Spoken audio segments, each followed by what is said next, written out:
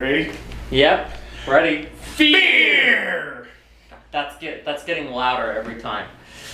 Welcome back to the Fear Podcast. Welcome back, Pennywise and Babadookers and vengeful sequel gods of all ages. Let me... Are you a bit more central? Yeah. It's very, over. There we go. Very over the top. Very over the hedge, 2006. Oh, that's gonna be on there. Add that to the list. So today we watched 3 movies. Speed Racer, 2008. You tell them. I'll go get the movies. Speed Racer, 2008 film. Karate Kid, not the classic one. The Jaden Smith one, and the cable guy with Larry the Cable Guy. No, not with Larry the Cable Guy. The Cable Guy with Jim Carrey and Matthew Ferris Bueller Broderick. Matthew Broderick fucks a spider to hilarious results.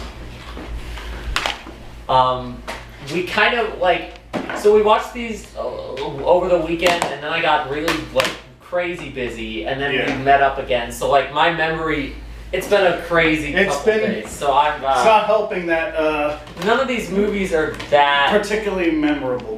I mean, I love a lot of these movies, but we were going for movies that nobody seems to, that a lot really of people don't appreciate. I feel like maybe Speed Racer is the one that gets the most appreciation of these 4. Maybe these 3. Speed Racer probably also gets the most active dislike, except maybe Jaden Smith Karate Kid.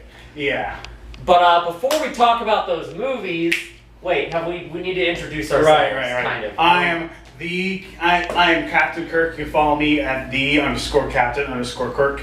Captain is spelled with a K on Instagram. And I'm Chuck Batman. You can find me on the Chuck Batman 5 and this channel. And this channel, which is getting renamed at some point. Or it already did. I don't even know. At this. Who knows? You think we know how to do our job?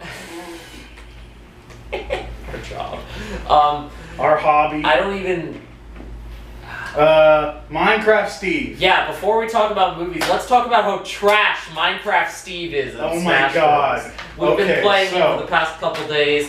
When we recorded this, he was fresh off the block, the newest character. Yeah. I hope that he'll still be the newest character by the time I upload this, but he's not so fresh off the block anymore, so I know our Minecraft Steve takes are probably going to be very late by the time I get this edited.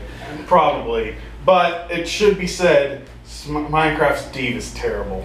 I don't know what the consensus on him is, but we don't like him. Do you like having to stop playing Smash to mine the ground every 5 seconds? Do you like none of your moves looking like they actually work? Do you like your moves not doing anything because, I don't have enough materials? Do you like walking up to the crafting table mid-match, having him mine the ground instead, and having to scoot an inch over 5 times and hope you don't get attacked? That happened to 5 times to you. I got killed doing that. I can't stand at the right spot in front of the fucking craft. If you're anywhere near the crafting table, you should start crafting. You're already getting so heated. I think I may get more heated about Steve than he does. I just dislike Minecraft Steve on every possible level. I kind of thought he was going to be oh haha, funny joke character. Build Duck Hunt or he's not. Game & He's Watch. just painful. He is the kind of train wreck. My cursor kept feeling drawn to his blocky image. He radiates a lot of menacing energy. He really does. It's amazing because the announcer? No, let's talk about the announcer. We can talk about the... Well, what were you going to say? I was going to say the selection screen, it's all of the DLC on one line. So it's you've got this, increasing level of irritation of dealing with them. Because you start with Joker. This is a larger... Then you go to Hero, and then you go to Banjo, then you go to Terry. This is where it turns into a larger discussion of, hating the Smash DLC characters and their gimmicks. Yeah, gimmick characters. Minecraft Steve is like the peak of that because you can tell they put so much He's time into only it. gimmick. But like the gimmick is just pain. It's pain. It's They put fear. so much time Fear. and effort into a bad idea. Fear. Fear. Just I love the announcer too. He's like Steve, like he's so excited. And then and then you immediately switch to dies. Alex, and it's just like, wait, there's Alex? more. Alex, zombie, and then the last one, Enderman. It's just like, Enderman, really, Enderman? Come on. He's like, give me my paycheck, please. And then the wins for a little bit, we were thinking he doesn't even say Steve wins. Then we realized he does say that. It's just like very like subdued, like Steve wins. Enderman wins. It's not. It doesn't. Alex. It doesn't help that like Steve, their win animations are actually really loud and hard to hear anything. Oh yeah, because they're building a fucking house that's like or they're blocking eating right in front of the camera. And then he puts the meat down. Oh god. Also, the TNT is useless. His down B with the TNT is lame. The side B with the minecart is only good if you have a lot of materials for it. Yeah, he does have some good aerials and smash attacks. That's like the one thing that he has got going for him. But even the best ones of those are like, uh-oh, I don't have any iron, so I can't do the iron down airdrop. I gotta go to mine. I gotta fucking mine.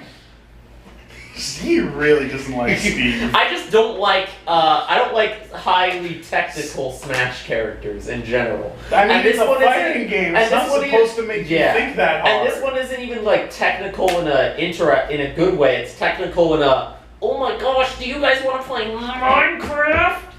Can you tell that neither of us really grew up playing Minecraft? I had a brief Minecraft stint, as you could find my old Minecraft videos on this channel, buried in the depths of hell.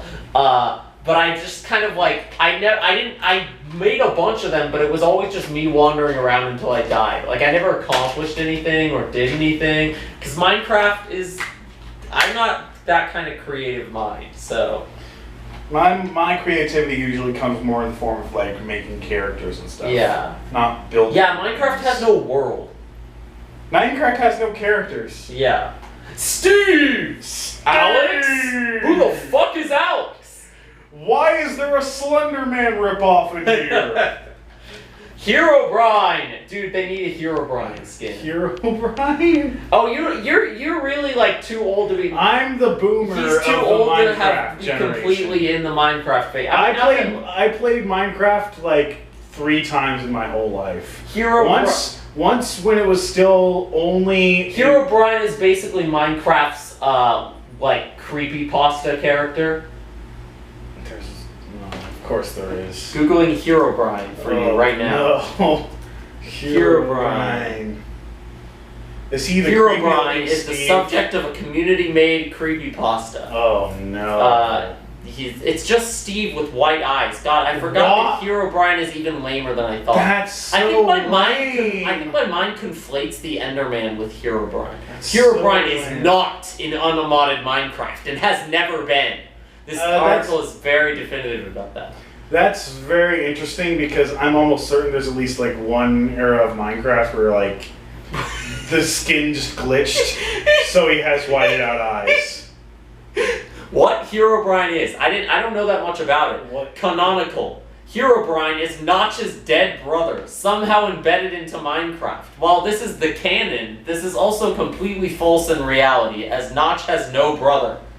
God, what? Why are all creepypastas like this? Notch's dead brother was put into the game, guys! His name is Herobrine! He bleeds hyper-realistic blood! Okay, I guess we should talk about movies. We exorcised Steve from Smash. Yes. Get out! Get out! Get out! Watch, we're gonna be called like Steve haters or something. Right? Like the meta's gonna figure out. No, okay. Steve was way after my time. The Smash Bros meta, the Smash Bros competitive meta is gonna figure out like a day before I upload this that Steve is like the most broken OP character, and he has all these strats, and then he's gonna be the most broken character for about a week. You know, right. like Hero was. Or yeah, you know. Or Terry I place was. blocks. I I play Sprox. I play Sprox. Or Violet. I'm mine. Okay, we have to start talking about Speed Racer. I'm gonna lose my mind. Alright, so let's start with Speed Racer. Speed Racer. Now, hold on, I'm just checking to see. Okay. Speed Racer, yes. From the blank cursed DVD case. So Kirk's is a big... Kirk's? This is me letting out all the, like, chaotic, I didn't sleep last night energy. I accidentally chose... It's fine. What are you gonna pick? IMDb? I don't use IMDb. Wait, is that the right one? This is the cable guy. No, I mean, I thought it was just a Wikipedia about cable people. Well, let's see. No, the Cable Guys, a 1996 American... What are we doing? Okay, Speed Racer. Let's give them a brief description. A 2008 sports action comedy film it's a Wachowski film based on the 1960s anime and manga series Speed Racer. Childhood me saw some of this movie, not because I knew anything about the Speed Racer manga or anime. I don't think anyone actually knows about Speed Racer. Well, but I didn't even this was like before I had a concept of like what anime was. Yeah. But I just saw it because at some point in some store I saw like a plush, like a stuffed, I don't want to say stuffed animal because it's a car, but it's like a plush car. A plush of the Mach 5. Yeah, a plush of the Mach 5, the car, the Speed Racer car.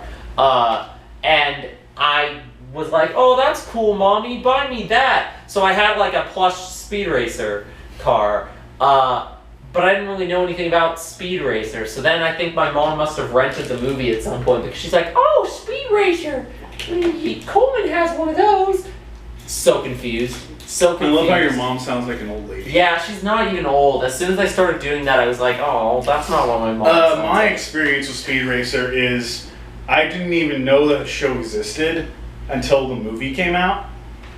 And then I watched the movie, and I don't know if I loved it as a child, but like, I think some part of my mind palace has been permanently etched into the side of my brain. So I've basically not been able to stop thinking about it ever since the day I first saw it. Also, I watched the reboot show that they made on Nickelodeon, Speed Racer: The Next Generation. It was a good show. It's like one of the few times like that 3D anime look has actually worked. Yeah. Speaking of like good animation, the thing that makes this movie interesting, and also the thing that made me so confused as a child. Yeah, the thing that probably makes this such a divisive movie is its art style and animation. It's incredibly stylized. Like This is an anime movie. This is the one of the few times it actually feels like an anime. It actually looks like an anime. It's got lots of stylized, over-the-top visuals. The kid Speed walks out of school at the beginning, and it literally looks like... You say walk, he more like sprint, like right, dramatically speeds out, whatever. He's actually called Speed Racer. And it literally just looks like, his name is Speed. Racer, comma, Speed. Yes, last name Speed. Last name Racer, first name Speed. Last name Glass, first name Mister. That's the best line in the film Glass by M. Night Shyamalan. And yes, that is an actual line in the film. I laughed out loudly in the theater when Samuel L. Jackson said it. This isn't a Glass podcast. This is a theater podcast. Let's talk about Speed Racer. It was nominated for a Golden Raspberry, but it was also nominated for Teen Choice. So it got negative criticism and positive criticism. It says like a 40% on Rotten Tomatoes. Yeah, it's got like a 40% on Rotten Tomatoes. And I really think it's just because people like critics legit just don't get the art style, because I remember watching it as a kid and being like, I don't even know what is actually happening. Yeah, despite being PG, this is not a kid's movie. I mean, I think it's kid-friendly. It's kid-friendly, but I mean, like, this was not who this film was made for. This film was made for Speed Racer and anime connoisseurs. This is specifically made for the Wachowskis, who I don't even know if they are massive Speed Racers fans, but I think after making this movie, they became massive Speed Racer fans, and they wanted a movie that was just for them. I will say the, opening of the movie is kind of slow, which I think is, childhood me. I'm watching the opening, The world is so stylized that I literally like think the main character is in a dream sequence when he's just. That's just what the world looks like. That's just what the world looks like. So like there's colors everywhere. It's like yellows and pinks and like the walls have like these. It's just definitely doesn't look like your generic neon wonderland. It doesn't look like your generic gray movie.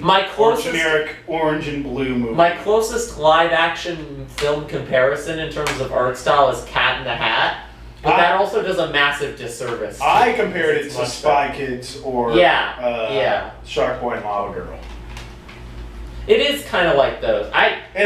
This for a while I thought this was directed by Robert Rodriguez. If Speed Racer was a TV movie or something, you know, something along those. No. Like if it was that, would it have been more popular? I think it would have been received better. Yeah. If it had been like a Robert Rodriguez like budget movie made on like pennies. Uh-huh. But because it weirdly like it looks like a budget movie, but also like it's. It looks like it's a budget movie, but it also looks like it's really expensive. Yeah. I mean, well, how much did they spend on it? Let's look. Let's look and see. What am I doing? Budget 120 million. Yeah. That's a decent budget. I mean, it only made 93 million, and I feel like there was somewhere in this Wikipedia article where I saw that they spent like another 80 million on marketing. Like they spent like double the budget on marketing. So like here there's a whole section on marketing. Yeah, fuck. There was a video game, Speed Racer, the video game. Let's look at this. This is why I shouldn't have a computer in front of me when we're doing this. The game is a racing game similar to the F-Zero series. Oh shit, that sounds kind of fun. Oh man. Each version of the game is its own. We need to get our hands on this. Oh, each version of the game has its own unique control method. I love how they were still making PS2 games in 2008, right? Well, because it literally had like it's like how they were still making Wii budget versions of like shovelware titles in like 2016. It's the same principle. It's insane. Oh man. Okay, anyway, let's get back onto Speed Racer. So it opens, like you said, it opens on child speed. Actually, it opens on like adult speed, recapping a memory as child speed of him like going to the racetracks with his older brother. Yes, his older brother. And then they have a really cool time jump where as child speed is doing a jump on the racetrack, it fades into adult speed doing the same jump. They do a lot of cool transitions. It not only does it look anime, it feels anime. It almost feels like you're transitioning between like manga panels. We said many times manga panels. We said many times manga. We said many times that right there. That shot is straight from a manga. There's the manga. There's the manga shot. They have like transitions where the characters' heads will turn sideways and then they'll slide across the screen. It's hard to even describe. Yeah. This movie is a visual feast for the eye. It's like a less obnoxious version of Ang Lee's The Hulk. Yeah, it really is like that, but like less tacky. Yeah. I find the cinematography. Like I understand what he was trying to do, but it just comes but it does not work. Yeah. Where I think it does work here because it's less obnoxious. They don't do like a picture-in-picture stuff. No, or like it's much more snap zooms and then snap zoom outs. They never do snap anything. The camera movement, even the transition. There's a couple of snap zooms, but only when for comedic effect. Yeah, or for like the racing scene, like to one car to the other, kind of like zoom transition thing. But it's a very smooth camera stuff. So yeah, it opens on a race with Speed. This is like the race his brother made famous because he set the lap record, and Speed is like beating all of these other racers, but just before the finish line, he slows down to let his brother keep his brother's ghost that he's been chasing the whole time. About that scene. It's like Mario Kart. It's like Mario Kart. They've got the ghost. It's dramatic Mario Kart. Yeah. And it's very like the races are stylized on the level. There are races where they literally go through Sonic loops. Yeah. It's very much like Mario Kart or F-Zero. It's almost a better video game movie than an actual video game. This feels like a better adaptation of F-Zero than Speed Racer, probably. But anyway, there are three main races. That's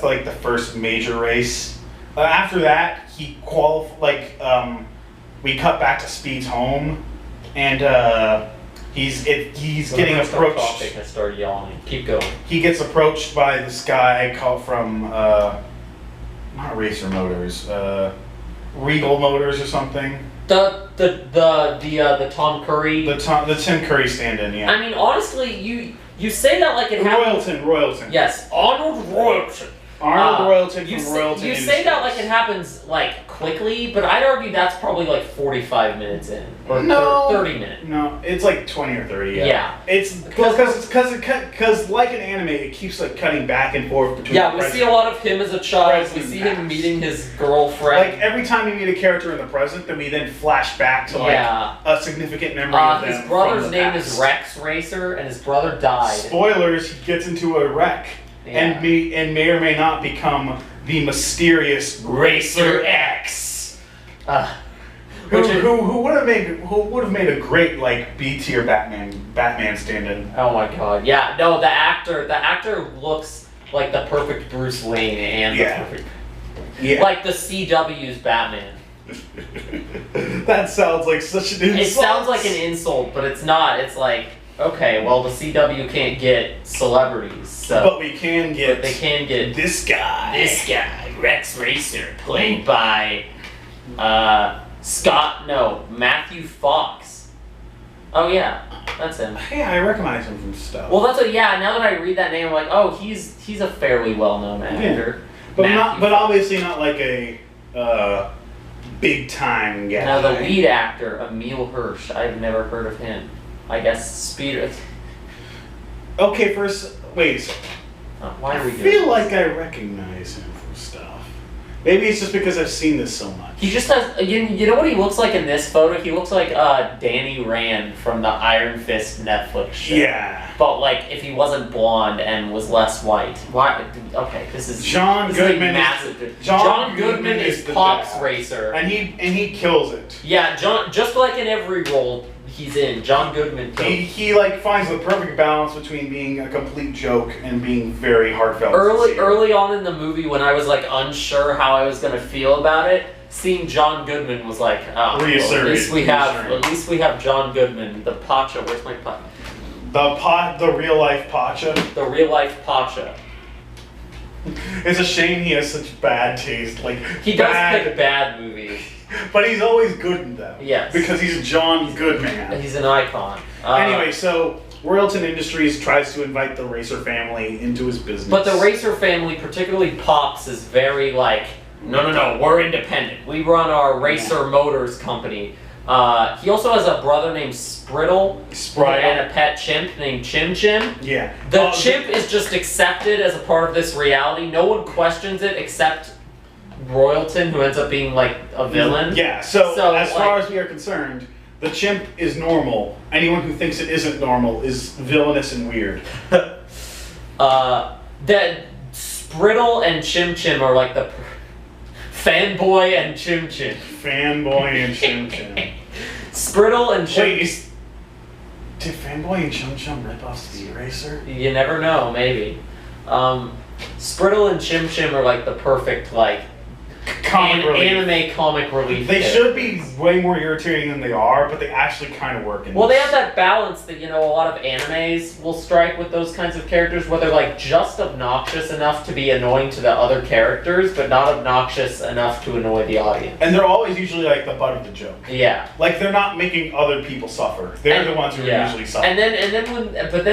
When they were unexpectedly helpful, it was quite amusing. Yeah. Sprittle and Chim Chim. Sprittle fanboy Chim Chim. And I'm just gonna put like fanboy and Chim Chim in the thumbnail.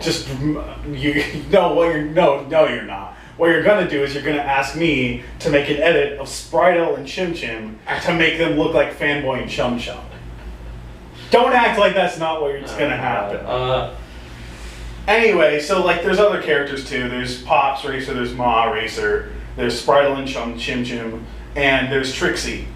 Who exists? Who's the main character's girlfriend? Yeah.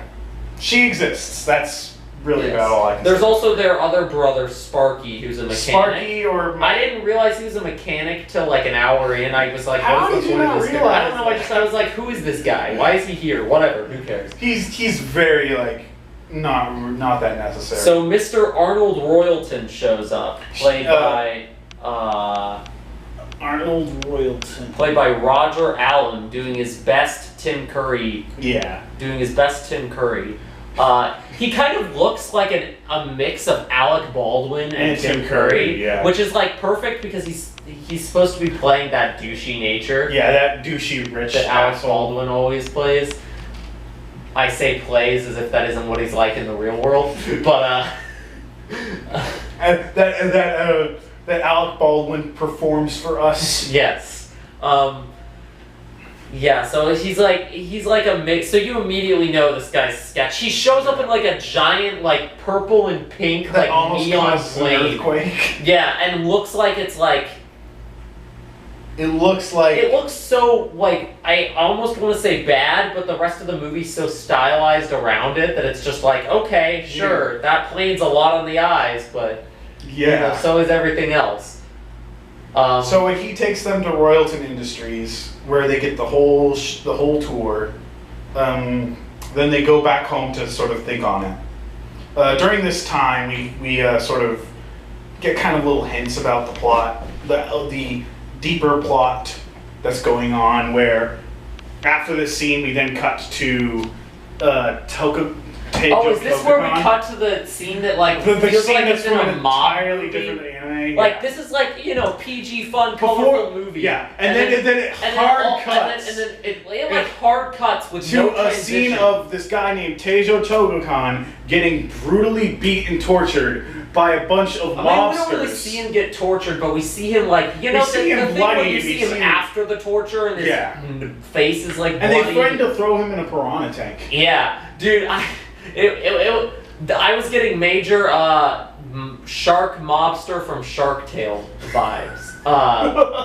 The color palette even changes to be like more red and dark. It's more like I'm like, what did we just like switch movies? And what makes it even better is none of these characters were introduced before this scene. No. So it's just like throws you into this. The most you get is that you get like you get a brief reference. Togokan mentioned before. Yeah, you get a brief mention of like Togokan Motors, which is the family that Togokan works for. But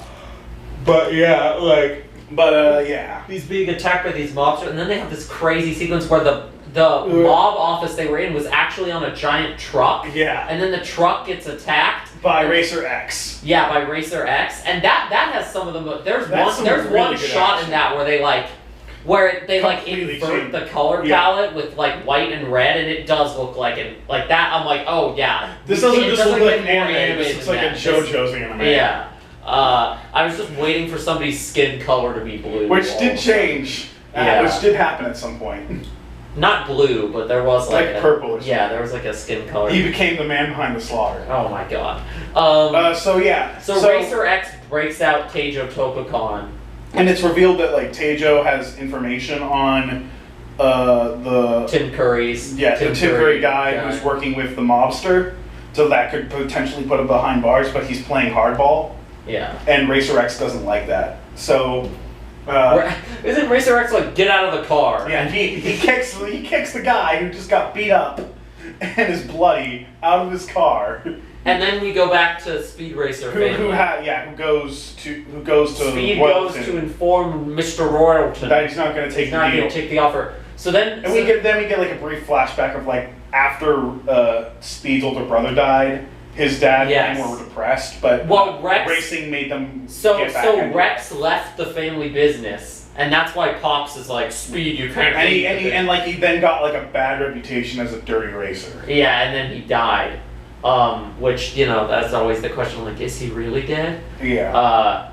But so then Royalton starts going into this big villain monologue that is like interspersed with scenes of fanboy and Chim Chim, who broke in onto the ship or car or whatever that Speed took to this place. So they're just like screwing around and like they get into the factory and are like causing chaos. They see them planting like a cheating device in one of the cars that allows the car to like break the other car. Yeah. A plot point that is not addressed for another like hour. Yeah, this is like a really big setup and payoff. Yeah.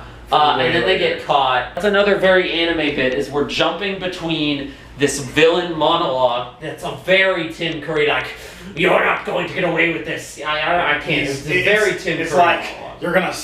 I'm gonna give you some of the best advice of your life, and then you're gonna take that stupid look off your face and sign that contract. Yes. It's not even. It's not even like Tim Curry's light, because he's performing on the level that Tim Curry. It's that level of like it should be over the top, but because it's such a dynamite performer doing it, it actually comes across as believable. That's why I was very careful to not refer to him as like cheesy or anything. I was very careful to not refer to him as like bad Tim Curry, because he's of the same caliber. He's using the same. He's of the same. He's a little more menacing than Tim Curry. Yeah. Even in Tim Curry's best roles, he's always kind of funny to look at. I think there's that Alec Baldwin. It's the Alec Baldwin the douchey menace of Alec Baldwin with the chaotic goofiness of Tim Curry. Right. The perfect anime villain. Yeah, really, he was. And then it's very anime how they transition from his monologue to the monkey doing funny monkey and also stuff. like the flashback that he's telling Speed about. So like he reveals the big race that got Pops and Speed back into racing was all fixed to make the most money possible. And that all the races are fixed. He's like, all the races are fixed. And then when it goes very abstract with the art style, like it's just their faces and there's like crazy flashback visuals in the background. He then describes how Speed is going to lose the next race, and then we cut to Speed losing the next race, and then we cut back to him. Which was a very, like, at first I was like, wait, did that actually happen? And then I'm like, okay, no, it did happen. But it's a very clever way of like... It's like how like in like heist movies they'll show the plan as they're explaining it. It's like that. And this is all like the way they cut between those things, and then also between the monkey doing funny monkey stuff. It's probably one of the best anime. scenes. Yeah, it's one of the best scenes in the anime in the movie. It's very anime. It's very anime. The stark transitions between serious and sheer silly. Yeah. Quickly back and forth. So and then after that we see both Speed and also Teijo get like completely wrecked in Fuji. Yeah, that was a kind of a cool race scene because Fuji's got a full-on freaking this looked like a Sonic Adventure 2 level. Like all the loop-de-loops. Yeah, there's a loop and twist, and I think he like don't they crash on the loop? Yeah, and, like they crash on the loop top of the loop. Yeah. It's all the races are. All the races look really great, but like especially like the ones that are bright and like have a bright color palette look really good. So then there's the. So Speed then loses faith in racing until Racer X and this guy called Inspector Detector. That has to be a character from the anime. It has like that name. If it isn't, then the script did avoid using the full. A lot of times they just called him the Inspector. If it isn't, props to the Wachowskis for writing a name that sounds like Inspector a 1960s Detector. Anime. Specifically, a 1960s anime that then gets translated into an American cartoon. Right, Inspector Detector. So they show up. Inspector Detector is a fairly low-key character. For having such an exaggerated name... He's mostly just there to be like the mouthpiece for Racer X. So they show up and they're like, we need your help. We need your help. Toga-Khan won't give us the file unless we can get him to qualify for the big race at the end, though. The World Racing League. The Grand Prix. Yes, the World Racing League. The World Racing League. And the only race that's left is the one where Racer X crashed. Royalton's villain monologue has such a "You killed my father." Now it's so fun. So then we go through, and this is kind of where the movie kind of loses a little track, maybe just because we lose a strong villain like Royalton. I mean, Royalton's still there. At this point, this is where the focus was really on like the races. Like this becomes a full-on racing movie at this point. Because it becomes not just like a single race, but now like a marathon of races. And it's hard for us to like talk about the races. They're all super cool. They're all visual very spectacles, unique. but like. But except for like the final race, there's not really a lot going on there that we can talk about. Yeah. There's one where they go through a mountain ice cave and the lights are reflecting off the ice. First they go through this massive desert. They go through a desert. Yeah. That's where they encounter like bounty hunters, and we get one of the most Oh, anime dude. shots of all time, where like one of the goons has cartoon dollar signs in his eyes. Oh my god, yeah. That was a kind of Mad Max-esque sequence, and then we get the snow, And then we get the snow level, roll. the desert level. Yeah. During this level, Togokan got like poisoned, like drugged. So Trixie takes over. Oh yeah, Trixie races for a little while. Which is a fun which is visual. Speed's girlfriend. That's like the one of the few times like She's a charming character. She's but they a don't charming spend that character, much but she doesn't time really with do her. much. They don't spend much time with her. And Yeah. him. So then we get a snow world. During the snow world, they have a brief respite where they take down all the gangster goons Yeah. with the assistance. Oh, yeah. Spritle and Chim Dude, Chim. that was so there's this part of the snow race where they're like, oh, they're in the pass, they're in the mountains. We can't see what they're doing for this part of the race. And during that part, they get stopped by the mobsters. Then they have a crazy action, very anime fight with the mobsters. They have like speed lines on all of their punches. A fight that is sort of accidentally started by, Spritle and Chim Chim. Spritle and Chim Chim The icons. The icons, the legends. Fanboy Chum Chum. Fanboy and Chum Chum wish they were Spritle. They were and as much Chads as Spritle and the Chim Virgin Chim. Fanboy and Chum Chum. Versus the Chads, Spritle and Chim Chim. That's the image you have to make now. Oh no! Okay, so yeah, they have that fight.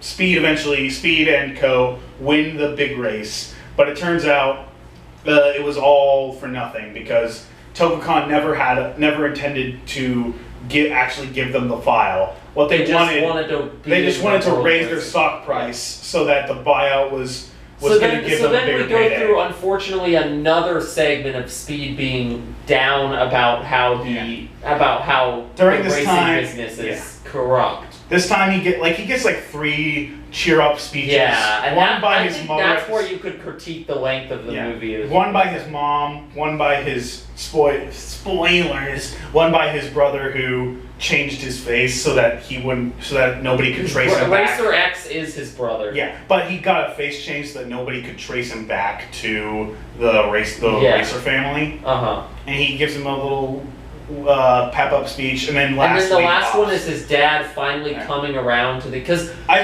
don't think movie his dad has been like resist. They're all good speeches, but you don't need 3 of them. Yeah, throughout the whole movie, his dad's been resisting the like no, just don't get involved with those corporate people. You're gonna get yourself killed like Rex did. Right. And then he finally comes around, and he's like after Togokan rips them off, but it's like.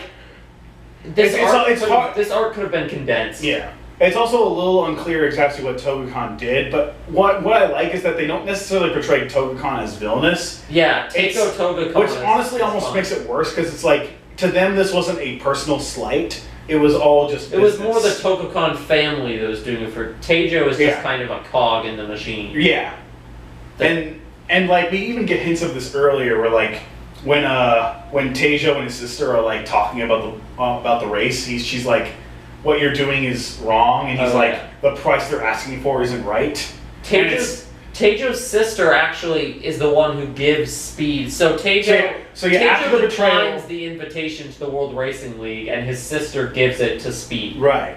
So then Speed can be in the final race. The final race is crazy. It's absolutely crazy. They have them both. Royalton and the Racer family have a montage of building up the new big car with John Goodman dressed in his best Mario costume. Picture right here. It's beautiful. If you ever need someone to play Daddy Mario, John Goodman's your man. Mm-hmm. Then we lead into the final race, where Speed gets, thanks to the invitation, Speed gets to participate, and it's a thing of beauty. So it's like you can divide it into 2 halves. The first half is Speed like trying to prove himself to the main racer of the Royalton industry, Cannonball Taylor, who is like this like old legend who normally would like wipe the floor with Speed.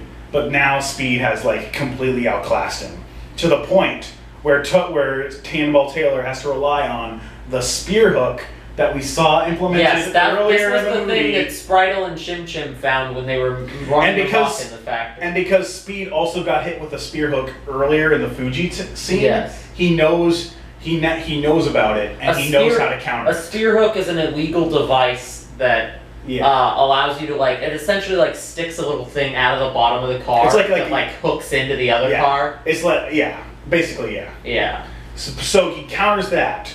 He exposes Cannonball Taylor. He counters it in a way that exposes the spear hook to the cameras filming the race, so that Cannonball Taylor and Royalton are exposed as being cheaters. Yeah, at this point, you could say Speed already did his job of making them both look bad. He didn't even need to necessarily but at this point, he's almost out of the race. The car is stalled.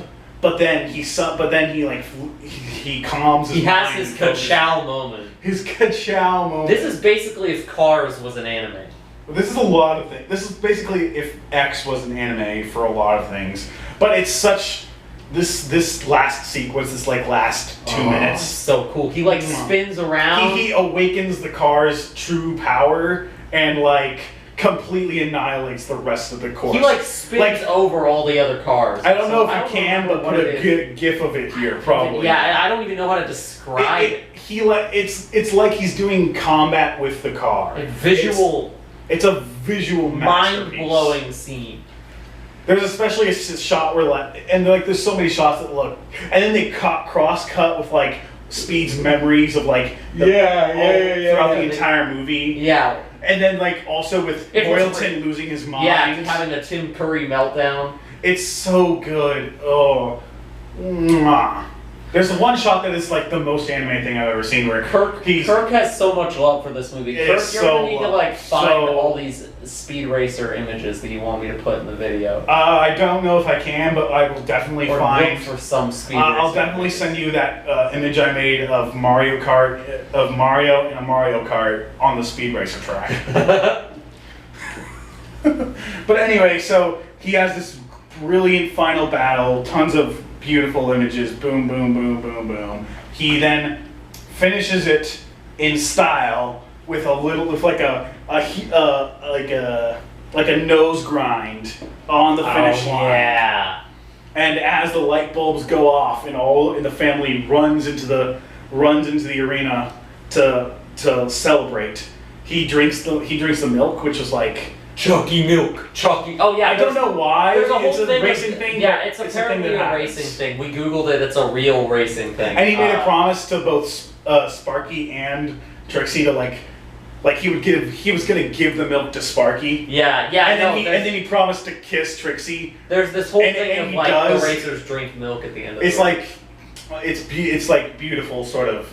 It's a really great finale.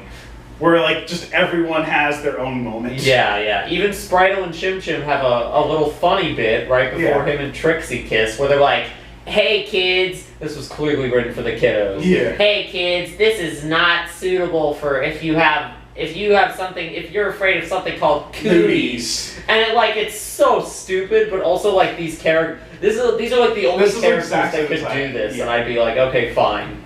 Yeah, and then we even get a little bit from Racer X where he's we see him actually act. Yeah. Somebody asked him do you ever regret? And he's like, regret even if I did. And then that's where they reveal that he was Rex all along. And he's like, even if I did, there's no going back now. Dude, I bet you Rex's Rex replacing his face to become Racer X is such an anime thing that has to have been in the original. I think it might have been. That or he never got revealed, but everyone knew all along. That's Rex Racer. Yeah. Racer X. I mean, Rex is in that. Yeah. But so then Speed gets the big celebration. Tejo spills the beans about Royalton. Because he actually also had a really cool arc. He starts out as being kind of nothing but a cog in the machine, only interested in only interested in sort of doing what's right for his family, but eventually he actually stands up for himself and does the right thing and exposes Royalton. Yes. And in a lot of ways, it's kind of implied that the final race with Speed is what inspired him to do that. Speed Racer. Go Speed Racer. Go Speed Racer. Go Speed Racer. So yes, go. a very fun and definitely recommend that you watch this. especially if you're familiar with the anime or manga. If you want to see and the are used to only, that art style. if you want to see the only good live action adaptation of an anime, here's your thing. All right. Now the next movie, The Karate Kid, known as the Kung Fu Dream doing that? in China. Doing that next. Well, isn't that the order we watched them in? Oh, we watched Cable Guy next. I don't care. We're doing talking about Karate this Kid one. next. Karate Kid 2010, starring Jaden Smith and Jackie Chan. Jaden Smith and his mom moved to China in the hopes of not learning karate, learning kung fu. They just, the producers were like, oh, we gotta cash in on the Karate Kid name. We gotta cash in on the karate name a full, 10, 20 years after the first Karate Kid movie? This film did well. This film earned $359 million on a $40 million budget. Wait, it did that well? Also, they only spent. Oh, you know why? China. Yeah, I bet you China paid. How much of their funding did they get from China? The Chinese government granted the filmmaker. The filmmakers had. I feel like this is one of the first This is one of the American first films that really are trying to appeal to China. Yes, the whole movie is set in China. It's all about Chinese martial arts. Yeah, there's a lot of scenes that are just characters gushing over China. I don't know if they're gushing, but there's a lot of scenes of character. Well, yeah, I mean, I guess his mom. His mom's like there's Chinese. There's a lot of scenes with his mom and him where we're just like, did they just tell them to improvise generalized? We thought for the longest time we thought it was Jada Pinkett Smith.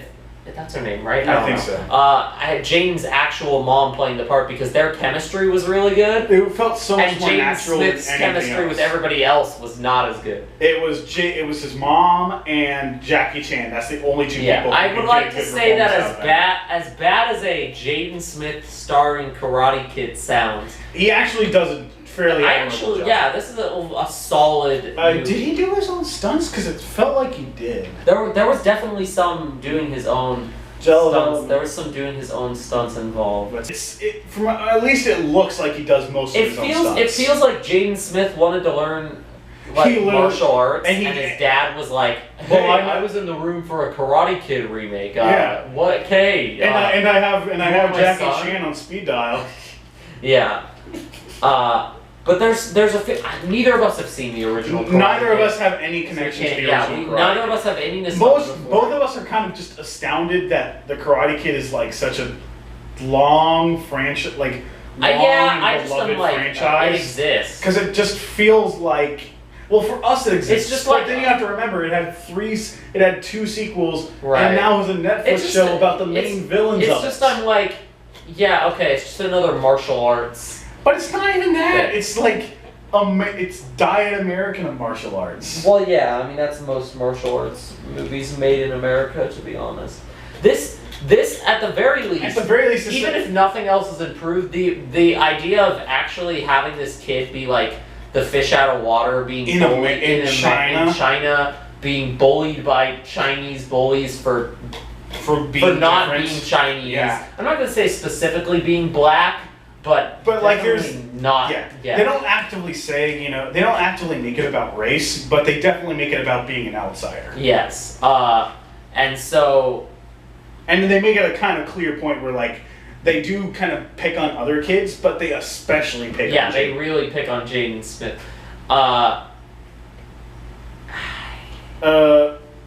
It's hard to describe. I don't want to. He goes to China. He gets picked on by he meets this girl. Mm-hmm. A Chinese girl. I don't know. It probably says something down here.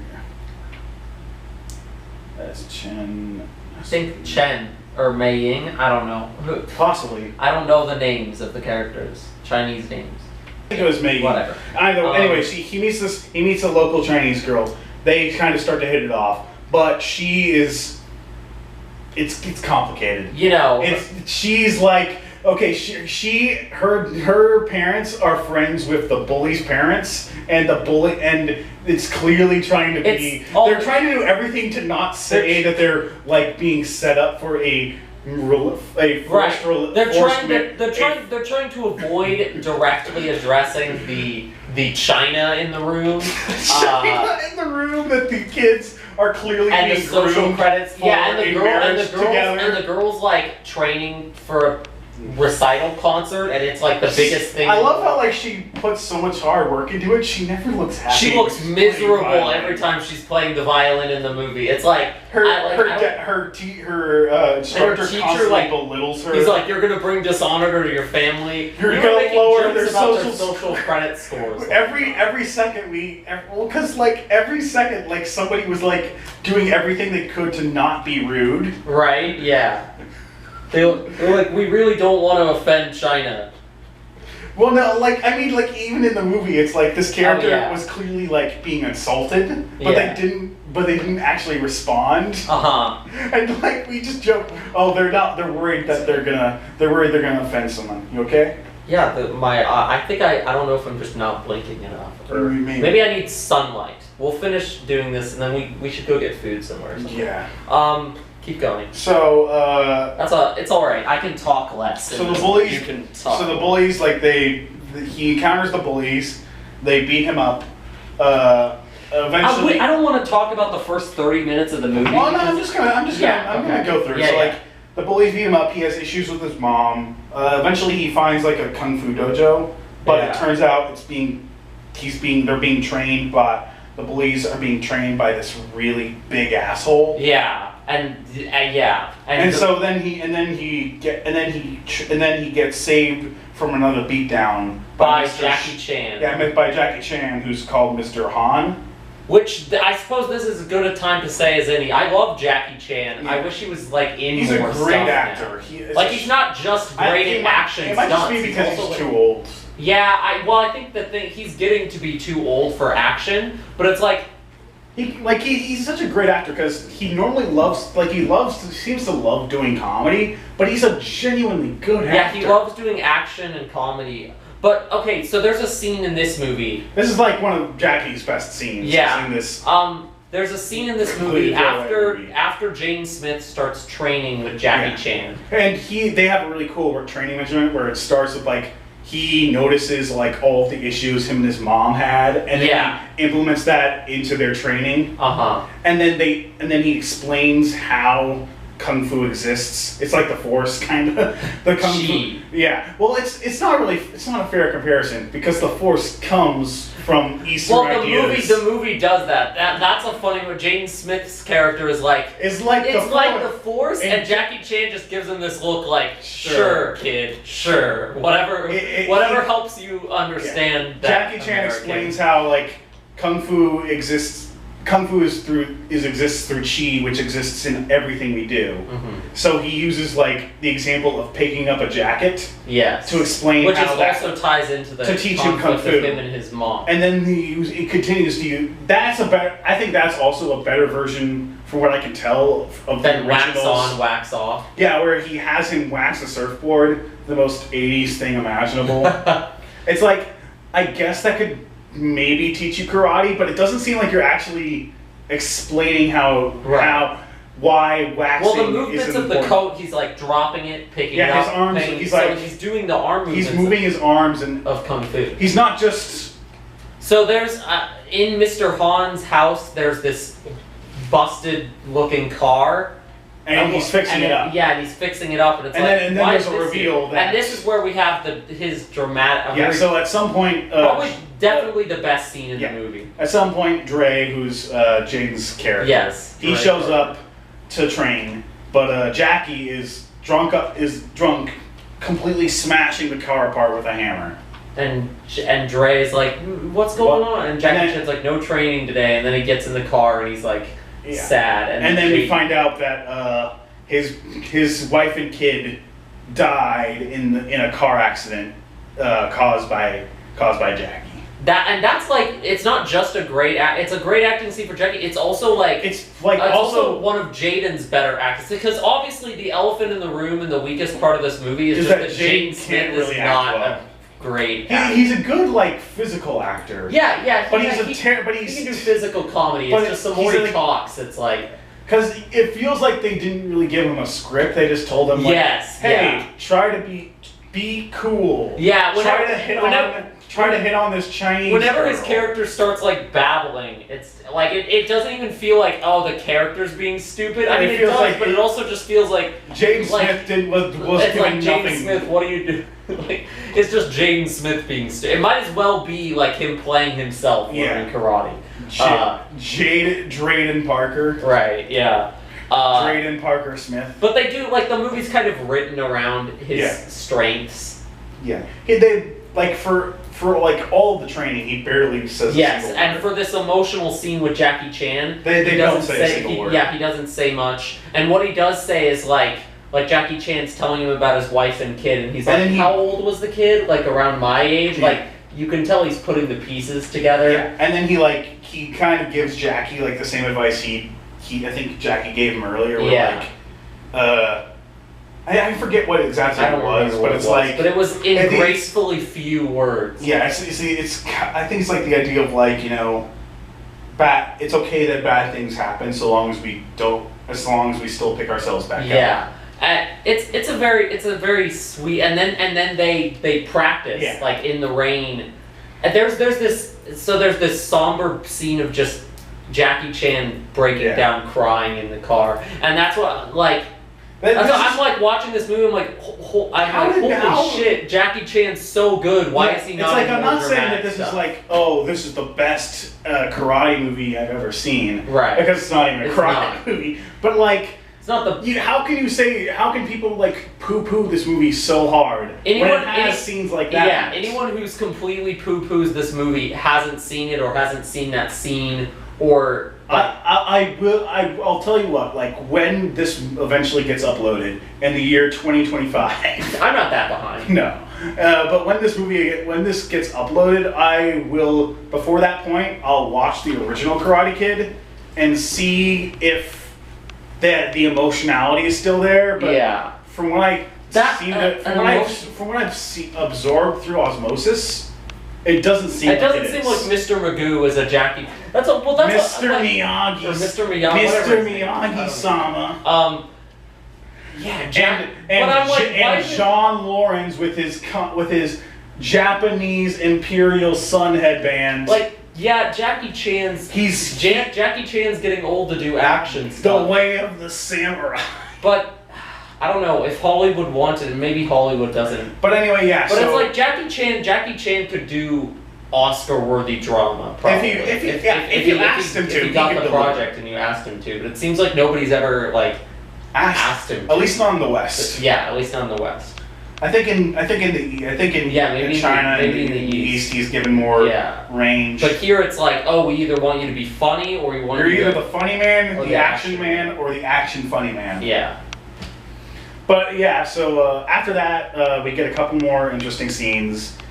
We get a scene where like Dre learns some Mandarin in order to apologize to his the main girl's family, dad, to be like, I'm sorry for like insulting your family. I never meant to do so. He didn't really do anything. He didn't do anything. He just tried to show the daughter a fun time to to loosen up a little. Yeah, and the family was like, don't hang out with him anymore. Oh, you might lower our credit score. Oh my goodness. Yeah, and then we have, of course, the final tournament. And then, the dad is like, my daughter promised to be there, so she'll be there at the tournament. Yeah, and then that all culminates in the big tournament. Which what you were saying is, most of it seems to be Jaden doing his own stunt. Because you can kind of tell it has to be, because a lot of the shots are just focused on Jaden. Like, not just Jaden, like Jaden's face. Yeah. Jaden's body. It also adds to like the realness The scene where Jackie and Dre are recovering from Dre's broken leg, and Dre's like, I'm still afraid. I can't not go out there if I'm still That's afraid. like his best dialogue. That's his best dialogue acting. And that's what is like. His performance isn't as awful as you would expect it to be. It has moments. It's not as bad as the 60% on Rotten Tomatoes would make you think it is. Yeah. And so then they do like this medicine technique that Jackie performed earlier, so that Dre has some chance to fight against the main bully in the final round. And then Dre beats the main bully. Yeah, the Dre it's actually a really cool. It is. They have a really cool back and forth fight for the first 2 points, and then the bully goes to the leg. Yeah. Which is kind of like a sign of the bully was worried that he wouldn't be able to beat him in a fair fight. Yeah. Or I think it might have been on the advice of the teacher. But either way, it's the teacher gave him the advice, and for the first 2 points he did, and for the first point he didn't go after the leg, and then for the second point he did go after the leg. Yeah. And that culminates in the very final point where Dre. So earlier in the movie, Jackie took Dre to this martial arts temple, and he observed one of the masters there using kung fu to sort of manipulate a cobra to perform certain actions. And so Dre actually then replicates that technique on the main bully. Which is that's and I like that it's not necessarily that it's at the level of a master, but it's enough to unnerve. It's enough to unnerve this And then he performs a flip kick. Yeah. Which was also impressive. Yeah. I honestly think it's a good movie. It's a good movie. I think the reason I don't think it's a great. It's not greatness. It has great scenes, the scene. It's got great scenes, but it's also got a lot of filler. But yeah, there's a lot of filler. It takes about 30 minutes for Dre to really start training with Jackie Chan. Which was a little you could have cut down on one of those earlier scenes where he's just throwing the jacket around. But it's I really think the only flaws are that it's Jaden Smith, and that because Jaden Smith is 12, all the kids, including the bullies, being 12, it's not unrealistic that he would have bullies at that age. It's unrealistic that the bullies would be that so coordinated and that they chase him around which I'm sure can happen, but it's This isn't age up all of these characters. This isn't 12-year-olds. This isn't 12-year-olds picking on each other and hurting each other without recognizing their own strength. This is teenage bullies with serious mental issues, serious mental or family issues, taking out their frustrations on someone weaker and using the kung fu techniques, weaker style bully. Yeah. But it's a good movie. I don't understand why. I think the hate for it is just Jaden Smith and a Karate Kid reboot. That sounds stupid. Yeah, which was what I thought. But then we watched it also okay, all right. I feel aside from just the general plot, it has almost nothing to do with karate. It also because it's not even about karate. It's kung fu. The kung fu. It's called Kung Fu Dream in China. And on set, they called it the Kung Fu Dream too. They should have just called it the Kung Fu Kid. Yeah. So, all right. But then people would be accused. They'd probably be accused of ripping off Karate Kid. Right. Yeah. So in conclusion, while it's certainly not, it's not perfect, and I wouldn't even necessarily call it a great film. It's certainly a good film. I think it's just solid. It's a good gateway piece to getting kids into trying to get kids into other action movies, aside from just your typical Avengers or superhero stuff. The Cable Guy. How many? And that leads us nicely into The Cable Guy. The Cable Guy. Starring Jim Carrey, Matthew Broderick, and Ben Stiller?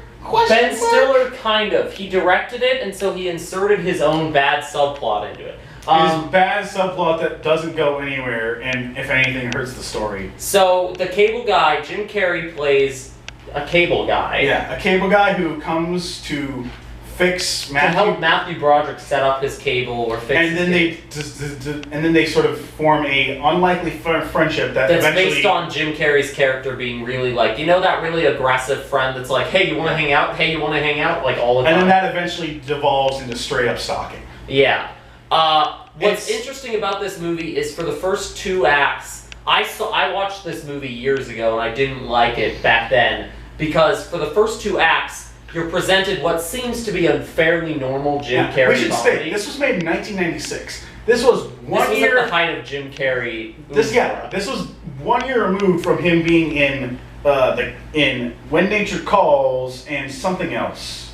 I don't. And Batman. And only 2 years removed from like Ace Ventura, the first one. The first Ace Ventura and The Mask. And Dumb and this was literally the height of Jim Carrey. This was before. It's interesting to watch now because this is the first inkling of Jim Carrey's like dark side, you know, his actual that we now know about. But when this movie came out, it was like he was just the funny man. Yeah. So the movie. It create like if you were watching this at the time, or you're watching this as just another. You'll be Jim surprised comedy, and kind of unnerved. You'll be unnerved and kind of probably put off by because the first 2 acts has a typical Jim Carrey comedy structure, and then in the 3rd act he goes like full stalker-esque. Well, that's how it seems at first, but there's little sprinklings. It seems at first, but when you rewatch it or you watch it knowing where it's gonna go, it's much easier to pinpoint the moments where he's like. I mean, you always get the vibe that he's like towing the line between genuinely unstable and just being kind of clean. But knowing where it goes encourages you to pinpoint out. So that's why if you want to watch this movie, just keep in mind that it's not. Don't think about this as like a funny Jim Carrey Ace Ventura. Yeah. Think of this as like a black horror. Yeah, a black comedy. It's described as a black comedy on here. But yeah, it was a horror comedy as well. And I felt the same way when I watched it the first time. Now watching it again, I like it a lot better. And but there's still an issue. I also really like it, but I don't like the ending. We'll get to that. So yeah, it opens on Matthew Broderick and the cable guy comes by to install his cable, and he even hooks him up with free premium cable. Yeah, because he's trying to make a friend. Yeah, to make up for it, to sort of, I don't know. He kind of gets strong-armed into it, but like he kind of Matthew Broderick eventually sort of agrees to like go up with him to the big satellite. Yeah, the big satellite where all the stuff about cable is so funny and Jim Carrey's on top of the satellite going, the future is now. Someday your phone, TV, house will all be interconnected. It's like, duh. I mean, all right, yeah, the future is now, right now. Yeah.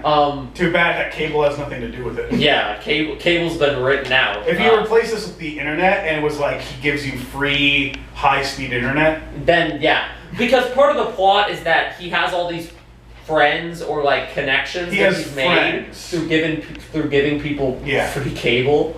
So and then we cut sort of in between Matthew Broderick and Jim Carrey hanging out, sort of like trying to bond with each other, and Matthew Broderick trying to get his life back together with his girlfriend. He recently had to move out of his girlfriend. I like how neither character is truly like Matthew Broderick's character is troubled too. There's a vibe that like if he was less lonely, maybe he wouldn't be so willing to like go along with Jim Carrey's character. If he wasn't alone or sort of also socially inept. He might notice Jim Carrey's character. There's a great scene where they cut to him in a restaurant giving this speech about how he's going to start listening more to his girlfriend, and the way they framed the shot, it's super zoomed in on his face. You think he's practicing because it sounds so like fake, but then they show her, and it's like, oh no, that's just like how awkward he is at this. Yeah, it's like he didn't like take the words that the cable guy told him to and then reword them in a natural way. He just took straight up. Well, that's what Jim Carrey's character kind of helps him get his girlfriend back in a way. All right, we're back. A dinosaur story. Nope, edit it out. So we were talking about, before my camera ran out of batteries, we were talking about how Jim Carrey is trying to help Matthew Broderick get back together with his girlfriend. Right. To like win over him. And so in the first hint of his... in the first real hint of his psychosis, he disguises himself as a bathroom attendant and beats up Owen Wilson, who's playing a guy that the girl is going on a date with. Yeah. Like a first date, and it didn't even look like they show a little bit of her with him. It didn't look like she wanted to go on a second date with him. He seems like an obnoxious prick. Yeah. And then Jim Carrey just like assaults him in the bathroom. Yeah. It's like the scene in Liar Liar where he's beating himself up in the bathroom, except but he's doing it to someone else. I love the bit in that scene where Owen Wilson goes into the bathroom and then Jim Carrey just like appears behind him, having slid under the stall, and which makes sense because in the next scene we see him using the same technique to change the cable line. Right, and set up a like free cable in Matthew Broderick's girlfriend's It's clear that he's like actually a really good cable guy. Yeah. He's just also like he's also a stalker. Yeah. And like dangerous. And that's why in the third act you find out that like. Well, I mean, I guess we get a little hint of it earlier, where like he's like we get a little like flashback. Like before, I think he goes to medieval times. We get like a little flashback of him as a child being raised by TV. Yeah. He's basically raised by TV, and all his ideas of relationships are like. You see, normally this would be used to like, okay, it seems like it's setting up like to show just how terrible he is at human communication, but the very last, the third act kind of ruins it because it turns him into like an actual like victim or something. Well, okay, it's hard to say. Okay, so in the first two acts, he's hanging out with Matthew Broderick. Takes him to the satellite, takes him to medieval times. They go to medieval times, which is a very funny. It's a very funny scene, but it's also like, oh, this guy's actually trying to hurt. Yeah. Well, then there's the basketball scene too, where he just like breaks the bat. Like it's Jim Carrey being crazy and if this was being framed from Jim Carrey's perspective, this would be these would be the funniest, cooler scenes ever. But because they're framed from the other characters' we see how the other characters see him as just like imagine if Jim Carrey at his most zany was like, I want to be your friend, and he won't take no for an answer. Right. And it's not until the party scene that it really shifts from like the one where from being weird to being downright family, or the one where he's singing. No. That one is that after by that point he's being straight malicious. But I'm talking about the scene where he invites a prostitute over. Yes, he invites a prostitute and doesn't. He's just like, oh, I bet that girl's into you, and then of course it's. And then he reveals it the morning after. Yeah. That's another great scene though when he sings that song. I don't know what song it was, but it fits the character. It's a very well. I know what you're talking about. It's a well. Was it a Fleetwood Mac song? Maybe it's a well written movie that like puts the pieces together well. But there's definitely an unsettling element. Jack Black is also in this. Yes, Jack Black. In a really underplayed role. Yeah, really underplayed and much. You can really tell this is super early in his You career. can tell this is early Jack Black because they don't lean on his like goofy side. They lean on like his sarcastic asshole side, which is something we don't see from him practically at all anymore. No. Jack Black is one of those actors that you can definitely say like. The more popular he got, the worse he got. Because he stopped being able to do the stuff that actually made him funny. Or at the very least, like, he got more cartoony. Yeah. If you want to move the camera a little to the center? I guess I should move it to center. I misplaced it again. Also, if I'm, like, blinking a lot, it's because my eyes are... Yeah, he's been having eye issues. I used some eye drops, we just got back from dinner and it's helping for now. Yeah, we just had dinner and... we stopped by a Walmart to get... while we charged the camera battery, because we always talk for just too long for it to... what else? But then the third act, he goes... So Matthew Broderick... I think the real turning point is when Matthew Broderick rejects... Yeah, he finally rejects Jim Carrey's friendship. After I think he finds out Jim Carrey beat up that guy. Yeah. No, does he find that out? Regardless, No, it's yeah. the scene where he rejects.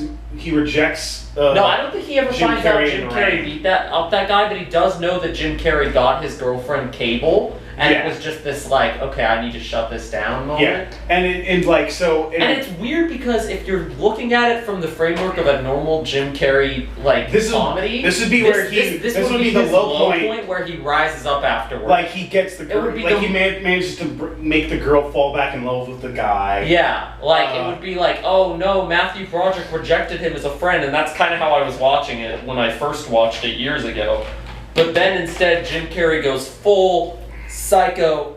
It turns out all the expensive TV stuff he gave Matthew Broderick was stolen. Yeah. So Matthew Broderick, and he calls his police friend who owes him a favor because of the free cable. Yeah. To come get it. And Jim Carrey, and then it's revealed that Jim Carrey's character never even worked or doesn't even work for a cable company anymore. He got fired for stalking his. He has like customers. Several fake identities. Yeah, the name he gave the main character, Ernie Chip Douglas, isn't even like his real name. It's a TV name. It's a TV reference because he's obsessed with television. Yeah, and all his stuff. Then there's so then we get Jim Carrey going like full psychotic. You mentioned party scene. I was thinking of the family scene. The family dinner. Scene, which that's such an uncomfortable scene. And such a tone shift from earlier. There was nothing even close to that. Jim Carrey invited all of both Matthew Broderick and his girlfriend's family over. And Matthew Broderick doesn't want to make a scene about it. I think because he's trying to kind of win his girlfriend back. But it's super unnerving because it's almost staged like an intervention. Yeah. And Jim Carrey manages to make Matthew Broderick look like the asshole in that scene and display these manipulative. And he makes lots of sexual comments towards his mom. He displays these manipulative tendencies that he didn't display before in the movie. So it's almost like you feel like it less when you know where it's going, but the first time I was watching it, I was like, this is a character shift almost. Yeah, but when you watch it again, or when you know what's coming, you can see how he is a little more. You can see in the earlier scenes, he acts like he knows what he's talking about, when in actuality he's a complete novice when it comes to human interaction. Yeah, and so then the climax is he takes Matthew Broderick's girlfriend up to the satellite when he first took Matthew Broderick. And he plans to lure him there and then I think murder all three of them. Yeah, or something like that. He doesn't really make his plans clear, but they have this confrontation at the top of the satellite thing. Jim Carrey's insanely just spouting TV references and trying to die. He wants to guide this big one of my favorite things is he can't both in this scene and in the medieval times scene, he makes a fourth wall break and then he continues with the joke and then the fourth wall break happens. It'll be a Star Trek reference. He'll start humming in the medieval times scene. He starts humming the some Star Trek battle music will be and then the music will kick in. So there's this this movie, even though this was not meant to be a pure comedy, this movie had a huge influence on shitpost culture, you know? Oh my god, yeah. I mean, Jim Carrey's character basically is specifically I feel like this movie inspired this is gonna sound like a terrible recommendation, but it sounds like it feels like it inspired the Nostalgia Critic. Oh my god, dude! No, you know what? That's what we need. We were talking about how you would modernize this concept. The way you modernize it is by making the Jim Carrey psycho character just a massive shitposting meme war. Yeah, and that some sort of technical basement neat prowess is what gets him the influence that this character holds over. Right. So he finds he has a frequency that only he can tap into. Yeah, or something like that. High speed internet. Yeah, and just make him this because that's essentially kind of what this character is. Yeah. I mean, they don't dive into this character's romantic life too much, but it's definitely just the nice guy friend that's he's nice but he's weird, and maybe I related to that more when I first watched the movie than then you realize you're not Jim Carrey, Yeah, and I'm also not the cable Larry guy. the Cable Guy. Why do I keep saying Larry Because the it's Cable Guy? because Poor Larry the... Poor Larry the Cable Guy. Really, I would think poor this movie for having to be associated Yeah, with Larry the Cable Guy. How much Yeah. worse would this movie be if Larry the Cable Guy was playing the main character? I don't know if it would be better or if it would be worse. I'm just Tomater. Tomater, and so that all climaxes in the scene where Jim Carrey like has this monologue about like how his mom was never there for him and how TV is the problem, and so he like tries to kill himself by destroying the satellite, Which leads into the big flaw with the movie. Okay, so it's connected to the Ben Stiller subplot. So throughout this, sorry. I'll explain. Yeah, it you because know it better. I was confused by it when I first watched the movie, and then I remembered as I was rewatching how dumb it was. There's a Ben Stiller subplot running throughout this movie. They'll cut back to TV, like it's essentially a parody of the OJ trial. I think it was like a year, the same, like either the year where the OJ trial was Ben the year Stiller after. plays this former sitcom twin kid who killed his twin brother. It almost feels like the plot of a separate movie, like a separate Ben Stiller movie. Yeah, for a while I thought the Cable Guy was gonna be the twin brother who got murdered, but no, with a different face. No. So that you keep thinking, okay, how do these TV clips they keep showing How talking does this about tie Ben into Stiller's trial? anything? Well, here's how it ties in. In the end, when Jim Carrey falls and he falls onto the satellite, he disrupts the cable right as they're about to announce on TV the verdict of the trial for this Ben Stiller character. And everyone will across the nation. And everybody across the nation is watching, and then they show this one guy stop watching and pick up a book, and it's like, oh, he's reading a book. Wow, man, this says. Do you know what this says about society? Which just ends up reinforcing Jim Carrey's character's idea that TV is the problem. That TV ruined him. When the idea of the movie should have been that he let himself be ruined. Yeah, or TV made it worse. TV didn't make him bad. TV taught him how to be worse. Or even that his fantasy world that he's in, you could have emphasized that the fantasy world he's in is not the real world. Right. Because he's trying to make this big heroic suicide moment, and it gets stalled by Matthew Broderick, but it doesn't get stopped. And it does get stopped because he doesn't actually die. He doesn't actually die. He misses impaling himself on the satellite, but he's still and he only gets not even really life-threatening injuries. But he's still sort of major injuries. And then they keep showing him after, as they're reeling away in the ambulance. It kind of feels like he gets the last laugh. I mean, literally the last line. The two of them end up back together. I mean, yeah, literally the last line is him saying to one of the police officers in the helicopter that's taking him away, "You're my new best. You're my new best friend," or something like that. So it's like who is really the narrative? The narrative is kind of messing up as framing Jim Carrey's character as being right. Ben Stiller's plot is completely pointless. Ben Stiller's plot is completely pointless. Except for a very dumb wow, man. Literally Have you ever considered that TV makes us it's not just a pointless subplot that has no reason to exist. Makes the movie It's a pointless subplot that does nothing but make the movie worse. And I think that added to my dislike of it. I think I have a video about it on this channel. A very, very old video. It's Splicey. Oh god. No, I'm not going to put it in here. You can go hunt it down. Just look up the Cable Guy on my channel. Look, Cable Guy, Cool Man Han. Cable Guy, Cool Man Han. But Nice. so now it's now you used to like the third act, but now you hate No, the first before two. I just didn't really like any. Before I liked the first two and kind of hated the third. But now you really like the first two and really hate the third. No, I don't even. You like the movie, but the ending ruins it. I have more of an appreciation for what it's trying to do, even when it doesn't stick the landing.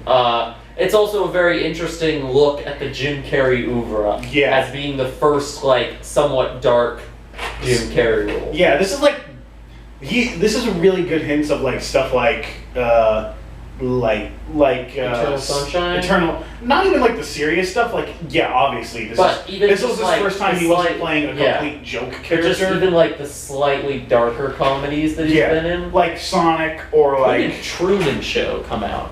That's got. I think it came out the next year. That's got to be like the best Jim Carrey, maybe, or one of the best Jim Carrey comedies. 98.